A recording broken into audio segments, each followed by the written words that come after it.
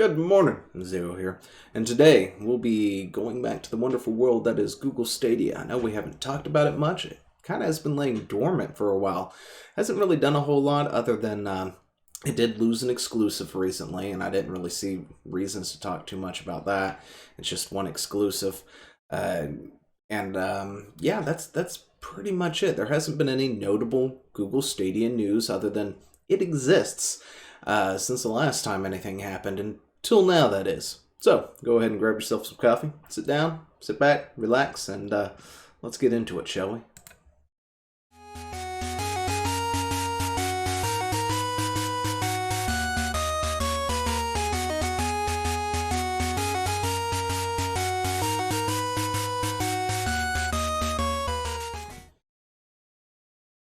Yes, and if you haven't subscribed to the channel or following over at Fruit Labs, you should go ahead and do so now for your daily dose of nerd news, most notably gaming. Anyway, now that you've got your coffee and you're sitting there relaxed and taking a look at stuff, you can see on the screen, we've talked about Stadia quite a bit. If you want to go and see the ups and downs of Google Stadia, there is a playlist over on the YouTubes that has all this nice stuff where we have covered it pretty much since the inception of Stadia from its horrible start, and covered what it's done good, where it's fixed things, as well as other stuff. Even though the titles may seem a little bit more inflammatory than they actually are, we do cover, both sides, the good, the negative, and even though it's been mostly negative. But hey, that's what we've done. So, what has recently happened? Oh, exactly what I told y'all would happen. Not gonna say I told you so, but yeah, you know what? Yeah, I am. I told you so. Anyway, Google is now shutting down its in-house Stadia game development studio. I remember when they announced that, and I said, "Oh, well, this would be cool. This would be great. This might actually see some potential to Stadia, even though there's other services that are out there or that were getting, I guess." Better traction at about the time it came out that was doing Stadia better, much better. And, I went through and actually have said in different locations where they could have fixed this issue or where they could have done this instead, and it would have done Stadia way better than what it's been doing. And, Google could still set it back on track, but I highly doubt they're going to. Whoever, the person who's in charge over there apparently has no idea what the hell they're doing when it comes to gaming at all, let alone having a gaming service of streaming. And, when you got things like xCloud going out that's doing it 1,000 times better than what Stadia is trying to do, it's no wonder that Stadia isn't doing so well. Last time we talked about it, I think they were giving Chromecasts away for free. The not new Chromecasts, but the older Chromecasts, because they had too many of them in stock. And before that, they had put out a brand new Google Stadia new TV or something out, or maybe it was the new Chromecast. And yet it didn't have compatibility with Stadia, which was one of those head-scratching moments that you think, why? You've been pushing Stadia very hard for at least a good over a year now, and you don't even have enough sense to stick it on your new hardware? What the heck is up with that? If you're going to ship out new hardware and it's going to fly off the shelves at Home Depot of all places, you probably should have gone ahead and packaged it in there, and they don't have any plans to until later this year. And then we even walked through how to sideload it, even though it's not completely 100% functional, but how to sideload it onto the new Chromecast, even though it's not technically, what's the word I'm looking for, set up properly for the new Chromecast. Optimized, there we go. It's not optimized for the hardware, right? Anyway, so they're shutting down their internal Stadia game studios. The whole development division, they are shutting it down, which is somewhat of a shock, I guess, to some people, especially those of you who like to come and yell at me for Stadia being like this best ever thing, but never actually listen to the things in the video, what we're actually talking about. But hey, you do you, that's fine. You enjoy Stadia, that's fine. I've said there's a reason why Stadia exists, and there are people out there whose best, ability to play some games are from Stadia. But yeah, apparently, I guess it's 14 months that the company has essentially been around, so it's less than 2 years, and they are now shuttering it. which is kind of sad because it has yet to actually develop anything. Seriously, the studio has existed long before Google acquired it. I think they acquired it back in 2019, right? And the studio has worked with Ubisoft and Microsoft and a few other companies, and they have done things in the past. It's not like it was a rookie studio or anything filled with rookies or anything like that. It was a studio that has done work in the past, and then Google acquired the studio and then wrapped it into its Google Entertainment Division, I think is what it's called, GED, something like that, where it was going to develop specifically for the Google Stadia. It would give them first-party titles, so they wouldn't have to constantly be trying to grab exclusives for a little bit. But yeah, because compared to this versus say Epic or Steam, I'm pretty sure they can't pull they tried to pull the Epic thing, when Epic first stepped onto the scene, and then they pulled literally everybody over there for a 1-year timed exclusive practically. Even games that were originally supposed to be coming out on Steam then said, oh yeah, we're also going to come out on Epic as well, and then months right before the release or something, or weeks before the release, come out and say, oh, by the way, guys, sorry, we're going Epic exclusive for the first year, which pissed off a lot of people. We've talked about some of those, of course, when it happens. But Google could, technically, Google probably could throw its weight around, but it didn't. It started to do that sort of thing, but it only gained, and when it first launched, I think one exclusive, and that was it, from an indie developer. And it could not gain any other exclusives because, quite frankly, it just wasn't doing what it was supposed to be doing, right? It didn't have the fan base of something like Epic or Steam or anything else like that.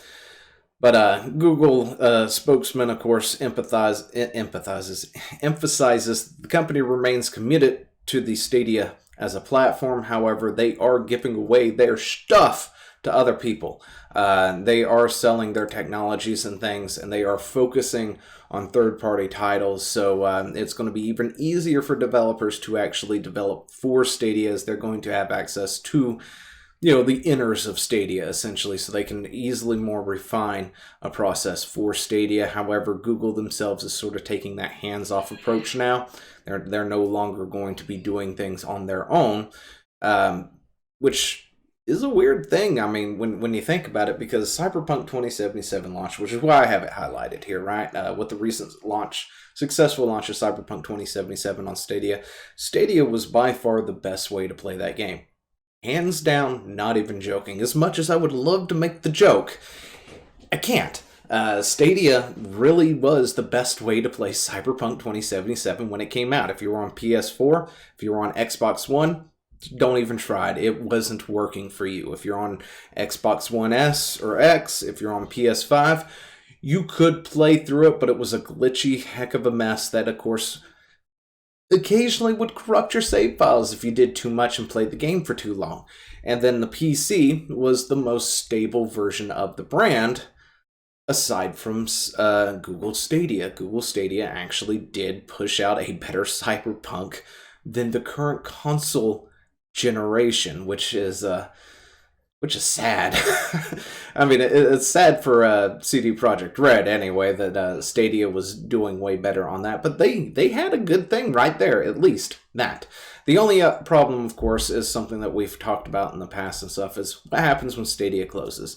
When it came to Stadia, it felt like you were taking a gamble, right?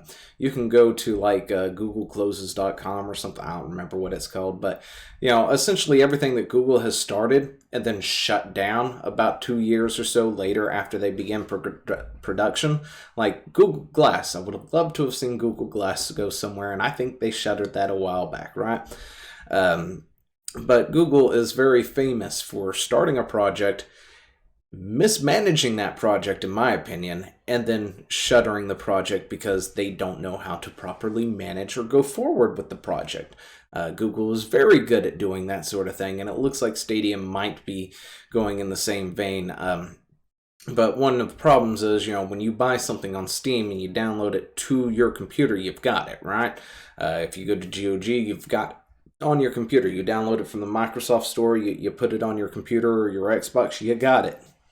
So, when you boot it up later or whatnot, boot it in sleep mode, whatever the offline modes, things like that, you still have access to the game. You can still play the game unless it's like a multiplayer focused game. Once those servers go down, it's down for good. So, unless you've got a private server that you set up for WoW or something, when WoW servers eventually one day go down, you'll never be able to actually log into Azeroth and play again. Other than that, the problem is Stadia didn't have that because it was purely streaming. You didn't have that option, say, with xCloud and Game Pass and things like that, where I can go on Game Pass and I can download it or I can stream said game.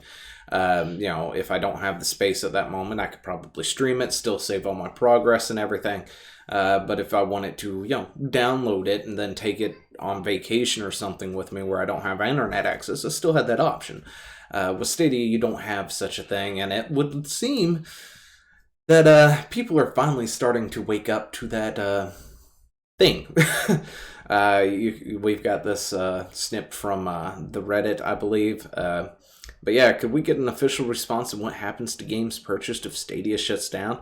With the recent news of Google abandoning its first-party development, for many, it looks like the writing is on the walls. Well, the writing has been on the walls since they botched their initial release.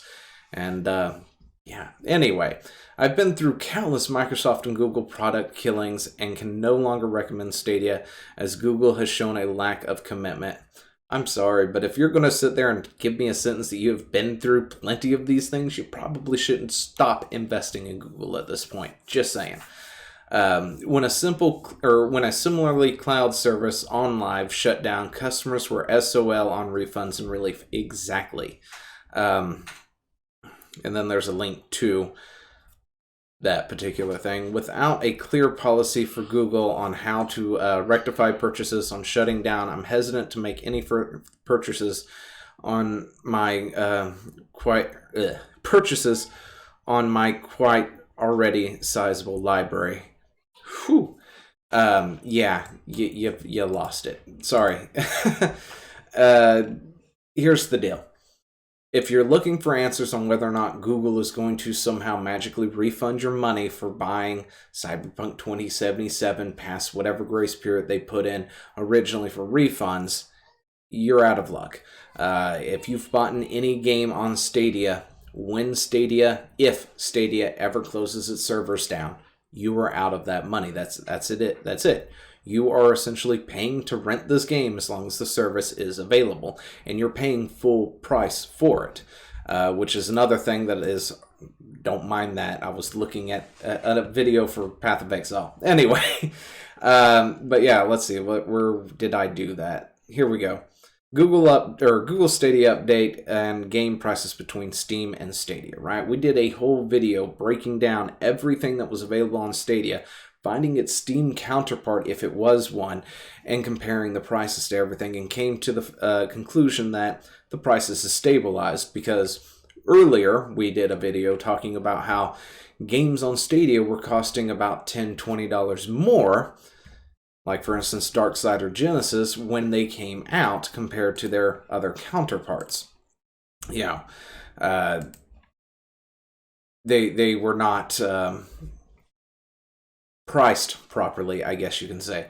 The only other issue, of course, with all that, sure, the prices may have stabilized. You can pay the same price for Cyberpunk in either location, but when one goes away, it goes away for good. Meanwhile, if you had bought it and downloaded it elsewhere, you would still have access to it after the fact, and my chair just broke on me because of course it did. Anyway, that's it. That's all I got to say today, so let me know what you think down below, and I'll see you in the next one. Hey, thanks for watching. Don't forget to leave a comment, smash that like button, and always subscribe for more.